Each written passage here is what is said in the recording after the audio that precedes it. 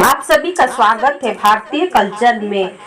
आज हम जानेंगे बृहस्पतिवार यानी विष्णु भगवान के व्रत का करने का क्या महत्व है।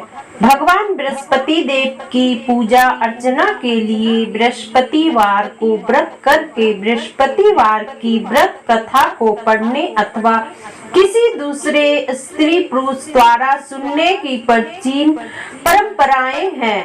बृहस्पतिवार का व्रत करने और व्रत कथा सुनने से स्त्री पुरुषों की सभी मनोकामनाएं पूरी होती है। इस व्रत से धन संपत्ति की प्राप्ति होती है, निसंतानों को पुत्र प्राप्ति होती है, परिवार में सुखी संपत्ति बनी रहती है, सभी आनंद पूर्वक रहते हैं। तो जानते हैं व्रत करने की विधि। बृहस्पतिवार को सूर्योदय से पहले उठकर स्नान से निर्भीत होकर भगवान बृहस्पति देव का स्मरण करते हुए व्रत का प्रारंभ करना चाहिए। उपासक को घर के किसी कक्ष में छोटा अथवा बड़ा पूजा स्थल बनाकर उसमें भगवान बृहस्पति देव की प्रतिमा को स्थापित करनी चाहिए। घर में समीप किसी मंदिर में जाकर भी भगवान बृहस्पति देव की पूजा की जा सकती है। भगवान बृहस्पति देव पीले रंग के पुष्प और पूजा की पीले रंग का सामग्री को विशेष रूप से पसंद करते हैं, इसलिए स्नान के बाद पीले रंग के वस्त्र धारण करने का विशेष महत्व है। पीले रंग के पुष्प, केले और पीले चंदन से भगवान बृहस्पति देव की पूजा का विधान है। बृहस्पति देव के व्रत में उपासक को पूरे दिन में एक बार समय ही भोजन करना चाहिए।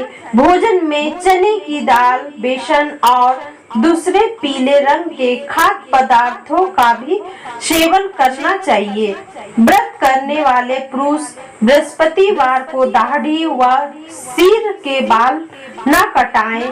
पूजा के समय भगवान बृहस्पति देव से जो मनोकामना प्रकट की जाती है वे उस मनोकामना को पूरा करते हैं।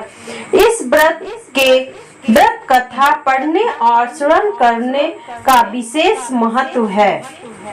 तो बृहस्पति व्रत इस प्रकार से है।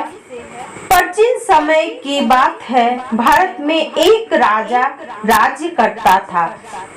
वह प्रतापी तथा दानी था। वह नित्य प्रत्येक मंदिर में भगवान दर्शन करने जाता था। वह ब्राह्मण और गुरु की सेवा किया करता था। उसके द्वार से कोई भी याचक निराश होकर नहीं लौटता था। वह प्रत्येक गुरुवार को व्रत रखता एवं पूजन करता था। हर दिन गरीबों की सहायता करता था, परंतु यह सब बातें उसको अच्छी नहीं लगती थी और रानी को अच्छी नहीं लगती थी। वह ना व्रत करती और ना किसी को एक भी पैसा दान में देती थी। वह राजा से भी ऐसा करने को मना करती थी। एक समय की बात है कि राजा शिकार खेलने वन को चले गए। घर पर रानी और दासी थी। उस समय गुरु बृहस्पति देव साधु का रूप धारण कर राजा के दरवाजे पर भिक्षा मांगने आए। साधु ने रानी से भिक्षा मांगी तो वह कहने लगी, हे साधु महाराज, मैं इस दान और पुण्य से तंग आ गई हूँ। इस कार्य के लिए तो मेरे पतिदेव ही बहुत हैं। अब आप ऐसी कृपा करें कि सारा धन नष्ट हो जाए तथा मैं आराम से रह सकूं। साधु रूपी बृहस्पति देव ने कहा, हे देवी, तुम बहुत विचित्र हो। संतान और धन से कोई दुखी नहीं होता, इसको सभी चाहते हैं, पापी भी पुत्र और धन की इच्छा करता है। अगर तुम्हारे पास धन अधिक हो तो भूखे मनुष्यों को भोजन कराओ, प्याऊ लगाओ, ब्राह्मणों को दान दो, धर्मशालाएं बनाओ, कुआं, तालाब, बावड़ी, बाग, बगीचे आदि का निर्माण कराओ तथा निर्धनों को कुंवारी कन्याओं का विवाह कराओ, साथ ही यज्ञाति करो। इस प्रकार के कर्मों से आपके कुल का और आपका नाम परलोक में सार्थक होगा एवं स्वर्ग की प्राप्ति होगी। परंतु रानी साधु की इन बातों से खुश नहीं हुई। उसने कहा, हे साधु महाराज, मुझे ऐसे धन की आवश्यकता नहीं जिसको मैं अन्य लोगों को दान दूं तथा जिसको रखने और संभालने में ही मेरा सारा समय नष्ट हो जाए। साधु ने कहा, हे देवी, यदि ऐसी ही इच्छा है तो जैसा मैं तुम्हें बताता हूँ तुम वैसा ही करना। बृहस्पति के दिन घर को गोबर से लिपना, अपने केशों को पीली मिट्टी से धोना, केशों को धोते समय स्नान करना, राजा से कहना हुआ हजामत करवाए, भोजन में मांस मंद्रा खाना, कपड़ा धोबी के यहाँ धुलने देना। इस प्रकार 7 बृहस्पतिवार करने से तुम्हारा धन नष्ट हो जाएगा। यह कहकर साधु महाराज रूपी बृहस्पति देव अंतर्ध्यान हो गए। रानी ने साधु के कहने के अनुसार 7 बृहस्पतिवार तक वैसे ही करने का विचार किया। साधु के बताए अनुसार कार्य करते हुए केवल 3 बृहस्पतिवार ही बीते थे कि उसकी समस्त धन नष्ट हो गई। भोजन के लिए दोनों समय परिवार तरसने लगा तथा संसारिक भोगों से दुखी रहने लगा। तब वह राजा रानी से कहने लगा कि हे रानी, तुम यहाँ पर रहो, मैं दूसरे देश को जाता हूँ, क्योंकि यहाँ पर मुझे सभी मनुष्य जानते हैं, इसलिए मैं यहाँ कोई कार्य नहीं कर सकता। मैं अब परदेश जा रहा हूँ, वहाँ कोई काम धंधा करूँगा, शायद हमारे भाग्य बदल जाए। ऐसा कहकर राजा परदेश चला गया। वह वहाँ जंगल से लकड़ी काट कर लाता और शहर में बेचता। इस तरह जीवन व्यतीत करने लगा। उधर राजा के बिना रानी और दासी दुखी रहने लगी। किसी दिन भोजन मिलता और किसी दिन जल पीकर ही रह जाती। एक समय रानी और दासी को 7 दिन बिना भोजन के व्यतीत करना पड़ा तो रानी ने अपनी दासी से कहा, हे दासी, यहाँ पासी के नगर में मेरी बहन रहती है, वह बड़ी धनवान है, तू उसके पास जा और वहाँ से 5 सेर बेचर मांग कर ले आ, जिससे कुछ समय के लिए गुजारा हो जाएगा। दासी रानी की बहन के पास गई। रानी की बहन उस समय पूजा कर रही थी। बृहस्पतिवार का दिन था। दासी ने रानी की बहन से कहा, हे रानी, मुझे आपकी बहन ने भेजा है, मुझे 5 सेर बेचर दे दो। दासी ने यह बात अनेक बार कही, परंतु रानी की बहन ने कोई उत्तर नहीं दिया, क्योंकि वह उस समय बृहस्पतिवार की कथा सुन रही थी। जब दासी को रानी की बहन से कोई उत्तर नहीं मिला तो वह बहुत दुखी हुई। उसे क्रोध भी आया। वह लौटकर रानी से बोली, हे रानी, आपकी बहन तो बहुत ही घमंडी है, वह छोटे लोगों से बात भी नहीं करती। मैंने उससे कहा तो उसने कोई उत्तर नहीं दिया। मैं वापस चली आई। रानी बोली, हे दासी, इसमें उसका कोई दोष नहीं है। जब बुरे दिन आते हैं तब कोई सहारा नहीं देता। अच्छे बुरे का पता विपरीत में ही लगता है। जो ईश्वर की इच्छा होगी वही होगा। यह सब हमारे भाग्य का दोष है। उधर रानी की बहन ने सोचा कि मेरी बहन की दासी आई थी, परंतु मैं उससे नहीं बोली, इससे वह बहुत दुखी हुई होगी। अतः कथा सुन और विष्णु भगवान का पूजन समाप्त कर वह अपनी बहन के घर आई और कहने लगी, हे बहन, मैं बृहस्पतिवार की व्रत कर रही थी, तुम्हारी रानी हमारे घर आ गई थी, परंतु जब तक कथा होती है तब तक हम लोग ना उठते हैं और ना बोलते हैं, इसलिए मैं नहीं बोली। कहो दासी क्यों गई थी?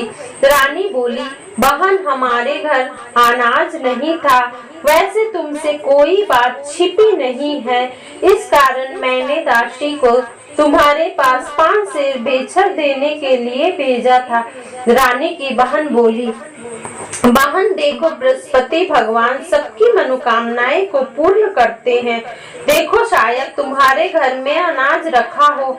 यह सुनकर दासी घर के अंदर गई तो वहां उसे एक घड़ा बेचर से भरा मिल गया। उसी बड़ी हैरानी हुई, क्योंकि उसने एक एक बर्तन देख लिया था। उसने बाहर आकर रानी को बताया। दासी अपनी रानी से कहने लगी, हे रानी, देखो वैसे हमको जब अन्न नहीं मिलता तो हम रोज ही व्रत करते हैं, अगर इससे व्रत की विधि और कथा पूछ ली जाए तो उसे हम भी किया करेंगे। दासी के कहने पर रानी ने अपनी बहन से बृहस्पतिवार व्रत के बारे में पूछा। उसकी बहन ने बताया, हे रानी, बहन बृहस्पतिवार को सूर्योदय से पूर्व उठकर स्नान करके बृहस्पतिवार का व्रत करना चाहिए, लेकिन उस दिन सिर नहीं धोना चाहिए। बृहस्पतिवार के व्रत से चने की दाल व मुनक्के से विष्णु भगवान का केले के वृक्ष की जड़ में पूजन करे तथा दीपक जलावे। उस दिन एक ही समय भोजन करे, भोजन पीले खाद्य पदार्थ का करे तथा कथा सुने। इस प्रकार करने से गुरु भगवान प्रसन्न होते हैं, अन्न पुत्र धन देते हैं, मनोकामनाएं पूर्ण करते हैं। व्रत और पूजन की विधि बताकर रानी की बहन अपने घर लौट गई।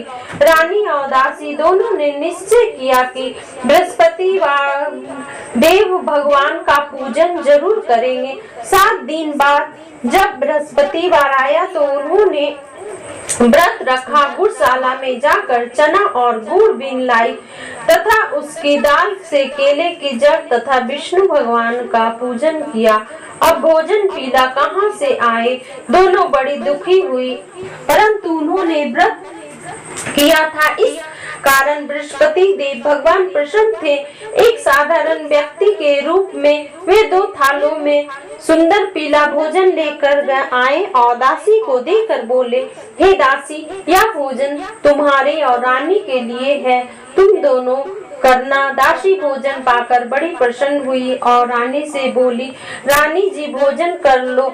रानी को भोजन आने के बारे में कुछ पता नहीं था, इसलिए वह दासी से बोली, जा तू ही भोजन कर, क्योंकि तू हमारी व्यर्थ में हंसी उड़ाती है। दासी बोली, एक व्यक्ति भोजन दे गया है।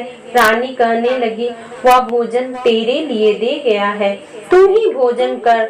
दासी ने कहा, वह व्यक्ति हम दोनों के लिए 2 थालों में भोजन दे गया है, इसलिए मैं और आप दोनों ही साथ साथ भोजन करेंगे। दोनों ने गुरु भगवान को नमस्कार कर भोजन प्रारंभ किए। उसके बाद से वे प्रत्येक बृहस्पतिवार का गुरु भगवान का व्रत और पूजन करने लगी। बृहस्पति भगवान की कृपा से उसके पास धन हो गया, परंतु रानी फिर पहले की तरह आलस्य करने लगी। तब दासी बोली, देखो रानी, तुम पहले भी इस प्रकार आलस्य करती थी, तुम्हें धन के रखने में कष्ट होता था, इस प्रकार सभी धन नष्ट हो गए। अब गुरु भगवान की कृपा से धन मिला है तो फिर तुम्हें आलस्य होते हैं। बड़ी मुसीबतों के बाद हमने धन पाया है, इसलिए हमें दान पुण्य करना चाहिए। तुम भूखे मनुष्य को भोजन लगाओ, प्याऊ लगाओ, ब्राह्मणों को दान दो, कुआं, तालाब, बावड़ी आदि का निर्माण कराओ, मंदिर, पाठशाला बनाकर दान दो, कुंवारी कन्याओं का विवाह कराओ, धन को शुभ कार्यों में खर्च करो, जिससे तुम्हारे कुल का यश बढ़े तथा स्वर्ग प्राप्त हो और पितृ प्रसन्न हो। दासी की बात मानकर रानी ने इसी प्रकार के कर्म करने प्रारंभ किए। जिससे उनका काफी यश फैलने लगा। एक दिन रानी और दासी आपस में विचार करने लगे कि न जाने राजा किस दशा में होंगे, उनकी कोई खोज खबर नहीं है। गुरु भगवान से उन्होंने प्रार्थना की और भगवान ने रात्रि में राजा को स्वप्न में कहा, हे राजा उठ, तेरी रानी तुझको याद करती है, अब अपने देश को लौट जा।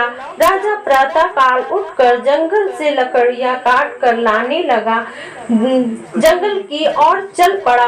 जंगल से गुजरते हुए वह सोचने लगा, रानी की गलती से उसे कितना दुख भोगने पड़े। राजपाट छोड़कर उसे जंगल में आकर रहना पड़ा। जंगल से लकड़ियां काट कर उन्हें बेचकर गुजारा करना पड़ा। उसी समय वह उस जंगल में बृहस्पतिवार एक साधु का रूप धारण कर आए और राजा के पास आकर बोले, हे लकड़हारे, तुम इस सुनसान जंगल में किस चिंता में बैठे हो, मुझे बतलाओ। यह सुन राजा के नेत्रों में जल भर आया और साधु की वंदना कर बोला, हे प्रभु, आप सब कुछ जानने वाले हैं। इतना कह राजा ने साधु को अपनी संपूर्ण कहानी सुना दी। महात्मा दयालु होते हैं। वे राजा से बोले, हे राजा, तुम्हारी पत्नी ने बृहस्पतिवार देव के प्रति अपराध किया था, जिसके कारण तुम्हारी यह दशा हुई। अब तुम किसी प्रकार की चिंता मत करो, भगवान तुम्हें पहले से अधिक धन देंगे। देखो, तुम्हारी पत्नी ने बृहस्पतिवार का व्रत करना प्रारंभ कर दिया है। अब तुम भी बृहस्पतिवार का व्रत करके चने की दाल व गुड़ जल को लोटे में डालकर केले का पूजन करो, फिर कथा कहो या सुनो, भगवान तुम्हारे सब मनोकामनाएं को पूर्ण करेंगे। साधु को प्रसन्न देखकर राजा बोला, हे प्रभु, मुझे यह लकड़ी बेचकर इतना पैसा भी नहीं बचता जिससे भोजन करने के उपरांत कुछ बचा सकूं। मैंने रात्रि में अपनी रानी के व्याकुल देखा है। मेरे पास कोई साधन नहीं जिससे समाचार जान सकूं। फिर मैं बृहस्पति देव की क्या कहानी कहूं? मुझको तो कुछ भी मालूम नहीं।